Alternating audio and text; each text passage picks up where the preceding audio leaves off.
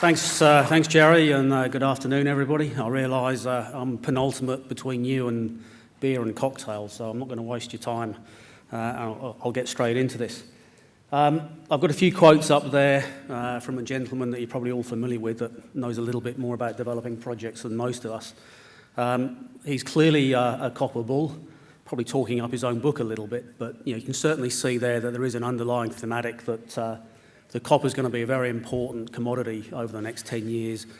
As the world develops electric vehicles, as the world electrifies, one of the common themes here, it doesn't matter what battery technology you use, if you're using electric motors, all the windings are still made of copper, all the transmission networks still rely on copper.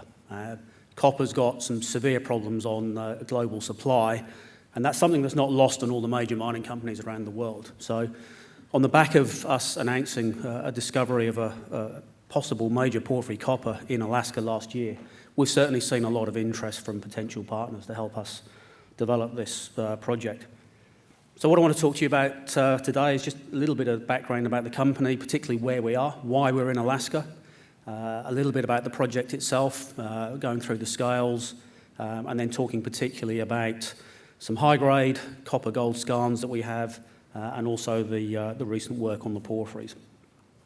Obviously, before that, the usual disclaimers, and before I get on to the technical stuff, just a little bit of background on the company. It is a tightly held company. The top 20 shareholders own almost 70% of the company. The top 40 own 75 to 76%. Very strongly supported. Lundin Mining were our partner last year, still our major shareholder. Management's got a large chunk, and then very strong institutional support from both London and the United States, Singapore and Australia. So where are we? We're, obviously, as the name implies, we're in Alaska. The reason I've put this map up, this map shows the location of porphyry and porphyry-related copper deposits in the world. You can see the bulk of that. The most well-endowed belt for copper in the world is the Western Cordillera of the Americas, and Alaska is the least well-explored part of that. There's a variety of reasons for that. It's long been thought of as being remote, cold, difficult to operate in, and perhaps just where the majors go. And in recent years, there's been some issues about permitting. But that's now changed. Alaska is certainly seen as a great place to do business. It's one of the few areas in the world where there is genuine Tier 1 geological opportunity. We know we're in a prospective porphyry belt, but it's also seen as a Tier 1 jurisdiction from a fiscal and particularly from a sovereign risk perspective. And that's something that's obviously very important to major mining companies who want to develop projects with 20, 30, 40, 50-year mine lives. You want to know what the fiscal regime is, and you want to know that it's stable. Alaska's in the top 10 global jurisdictions now as a mining destination for investment. It's the second highest ranked state in the US after Nevada, and it's generally now seen as an easy place to do business. Projects can and are being permitted there, and now we've seen that a number of Australian companies have made significant investments in the country in operating mines and very advanced exploration projects. In terms of our project itself, we're about a 6-hour drive from the main centre of Anchorage. 90% of that drive is on good quality sealed road. So certainly by Alaskan standards, it's a pretty easy project to get to. It's a little bit like driving from Perth to Kalgoorlie. The weather's a little bit different, and the wildlife's a little bit different, but other than that, not too different. Now the project itself, so it's basically one large project. It has two components. The northern part we call the Stella property. We own that 100%. The southern part is the Caribou Dome project that was owned by the predecessor of PolarX, was Coventry Resources. We don't yet own those claims, but we have the right to earn between 80 and 90% of those claims. The overall project area is about 260 square kilometres. All of the claims there are state mining claims. That makes our permitting significantly easier, both at the exploration stage and also if we get the project to the mining stage. There are a number of known existing deposits in this project area. In the southwest there, we have Caribou Dome itself. just under 3 million tonnes at just over 3% copper. That's a VMS style of deposit, formed around about 200 million years ago, quite strongly deformed, locally very high grades, certainly can be expanded with further drilling, but is reasonably geometrically complex. And whilst it's an area we want to do further work on, we have other projects and prospects here that are actually less complex from a geometric point of view and therefore easier to drill out. The one that's got us really interested is the corridor that goes from Mars through Exactly and to Saturn. And there's two reasons why that's interesting to us. One, obviously Exactly itself is a high-grade resource. It's small, it's only 3.5 million tonnes, but it's 1.2% copper, 2 grams per tonne gold, and about 14 grams per tonne silver. It's a style of deposit that geologists call a skarn. These typically form when mineralising fluids from much larger porphyry deposits react with limestones. You get very diagnostic ore mineral assemblages and very diagnostic waste mineral assemblages. And Exactly certainly fits that bill. The other reason skarns are important is they're often on the edge of or part of large porphyry districts. And the colours on this map represent copper anomalism in regional soil sampling. You can see Exactly sits on the southern edge of a large copper anomaly which measures about 11 kilometres north-south by 7 kilometres east-west. And then the Mars prospect sits in a satellite anomaly off to the west of that. The only reason that's a satellite anomaly is there's a young glacial valley which cuts through that where soil sampling was ineffective.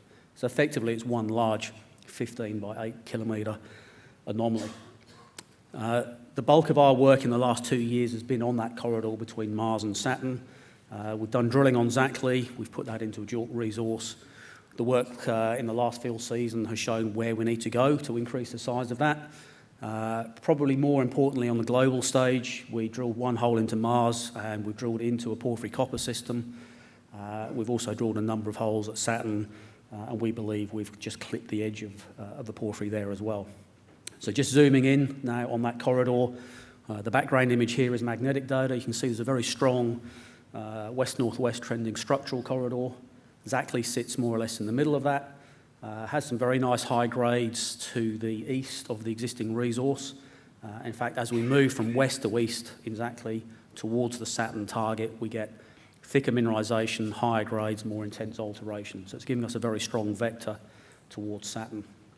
And then on the western part there, we have Mars, where we put that discovery hole in the middle of last year. I'll start off with just a little bit on Exactly, and then I'll move through Mars and Saturn. So the image on the left here is a geological map, plan view of the mineralisation and the host rocks at Exactly. The JORC resource is the red zone on the left of that image. Contains, as I said, 3.5 million tonnes of just over 1% copper and a couple of grams gold. We know from drilling that extends further to the east. We've got historical drilling of our own, which includes intersections of 15 metres at 3% copper and 2.5 grams gold, 300 to 400 metres to the east of the current edge of the resource. So we know with further drilling that position is going to increase in size. That mineralisation is generally subvertical, about 5 metres wide. But the real game changer for us came in late 2018 when we drilled holes 18020 and 18024. These intersected much thicker, higher grade zones that were subhorizontal, not subvertical. And the recent work that we've done has indicated that these sit in the upper plate of a thrust zone. The thrusting probably predates mineralisation. The fluids have exploited the faults, moved along the thrust, and then mineralised the overlying limestones. So we're seeing far thicker intersections here, averaging almost 3 grams per tonne gold, 40 to 50 metre true thickness, subcropping, covered by maybe 1 to 2 metres of talus from the nearby slopes, but essentially at surface. We haven't yet tested the down dip extension of this, and we haven't tested yet the long strike extensions, but we believe there is the potential there for perhaps 500 to 600 metres of strike extent to the east and undetermined depth extent. So that certainly has the potential to advance very rapidly. Shallow drilling there, holes will only need to be 100, 150 metres deep. So we plan to put another 20 or 30 holes into this and try and target something that is of mineable size. Moving forward to Mars, the outcrop on the left there just shows that the mineralisation does come to surface here in faults and fissures. On the right-hand side is our geophysical image, quite a strong magnetic anomaly here. I've overlain on this the copper in soil contours in yellow and the molybdenum in soils in pale blue, and the amoeboid shape with a grey outline behind is an IP chargeability anomaly. So we have up here all of the key indicators of porphyry mineralisation from a geochemical point of view. We have copper, molybdenum, we also have gold and arsenic anomalism, we've got an IP anomaly, and we've got a magnetic anomaly. We drilled into that. We only got one hole in this year towards the end of the season. Unfortunately, the hole was terminated in mineralisation when we shanked the drill bit, and as we were pulling out to replace the drill bit, we had a foot of snow, so we had to pull everybody out of the project. But we got some very interesting mineralisation in that hole. Mineralised almost from surface to the end of the hole at 400 metres, and certainly the bottom 100 metres of that, very clear porphyry-style veining with chalcopyrite, as you see on the left-hand side here, and quite coarse-grained molybdenite, as you see on the right-hand. The grades of that hole, almost continuous mineralisation in that bottom 100 metres, around about 0.3% copper equivalent. So not quite ore grade, but not far off it. And probably more importantly, when we look at the geology there, as we move down the hole, we move from propylitic alteration into potassic alteration. So that means we're moving closer to the core of the porphyry. And quite importantly here, the potassic alteration is associated with gypsum. And in this case, gypsum is after anhydrite, which means the fluids that formed this mineralisation were highly oxidised. And that gives them the potential to carry quite high grades of copper and gold. We haven't yet seen any intrusions in this hole, so we know we're on the edge of a porphyry, not yet quite in it. The obvious thing for us to do as soon as we can this year is to re-enter this hole and deepen it by at least another 200 to 300 metres, and then we plan to drill another 8 to 10 holes around that. Finally, Saturn. As I mentioned before, all the vectors we've got from the known Zackley skarn are indicating as we move further east, we're getting thicker and higher grade mineralisation. And that gave us a hint that the Saturn magnetic anomaly may be a porphyry system that is the source of those fluids.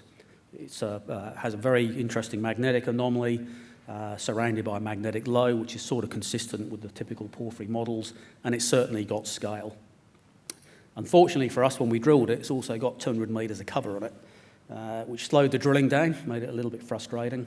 But we did drill underneath that cover immediately into intensely clay-altered volcanic rocks, particularly holes 1 and 2 with 30 to 100 metres of very intense clay alteration, and then into propylitic alteration.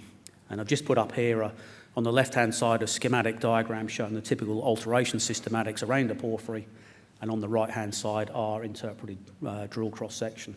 We believe we've intersected the upper edge of a porphyry system here. With the drilling, we weren't sure whether we would need to go further to the east or further to the south, so we conducted a gravity survey with the hypothesis being a gravity low would equal the low density intrusive centre, and lo and behold, we've got a nice gravity low associated with a magnetic high immediately south of the two holes with the most intense alteration. So now we know where we've got to take the drill rigs this year to expand the Saturn discovery, or hopefully a discovery. So that's it. Summarise, it's a very large land holding. We've got strong ownership of the northern part. We own that 100%. We've got a skarn deposit that has plenty of potential to get to mineable size. We've got at least one porphyry discovery and possibly two, and we're seeing a lot of interest from global mining companies to partner with us this field season.